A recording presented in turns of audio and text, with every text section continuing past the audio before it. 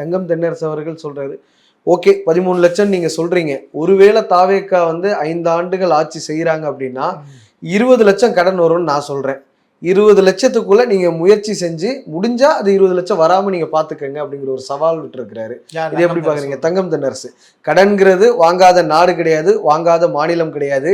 நீங்க குஜராத்தை வந்து உதாரணமா தமிழ்நாட்டோட நீங்க பொருத்தி பேசுறீங்க அப்படின்னாவே இது எங்க இருந்து வந்த அறிக்கை அப்படிங்கிற ஒரு கேள்வியும் அவர் முன் வச்சுட்டு, நீங்க 20 லட்சம் கடன் வரும் நீங்க 5 ஆண்டு காலம் கம்ப்ளீட் பண்ணா 7 லட்சம் அதிகமாகும்னு நான் சொல்றேன்.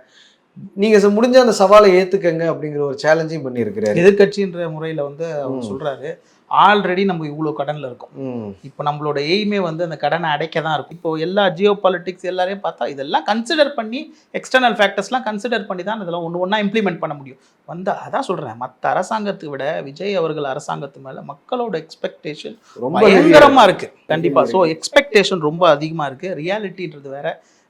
பார்த்தீங்கன்னா ரீல்ஸ்ன்றது வேற. ரியாலிட்டியில் இப்போ இருக்கு. உண்மையிலேயே சொல்லணும்னா மனப்பூர்வமாக சொல்கிறேன், அவர் ஆட்சி நல்லபடியாக நடந்துகிட்டு இருக்கு. இனிமேலேயும் நடக்கும். ஸ்டெப் பை ஸ்டெப் ஒரு திட்டங்களை அறிவிப்பாங்க. இந்த டெபிசிட்டை எப்படி குறைச்சிட்டு, கடனை எப்படி குறைச்சிட்டு, சர்ப்ளஸ் எப்படி உருவாக்குது, அட்லீஸ்ட் அதிக கடன் ஆகாமல் இருக்கிறதுக்கு என்ன ஸ்டெப்ஸ் எடுக்கலான்றது வந்து ஸ்டெப்ஸ் எடுத்துட்டு இருக்காங்க நான் கேள்விப்பட்டேன். பட் அது டெஃபினட்டாக அது பண்ணுவாங்க.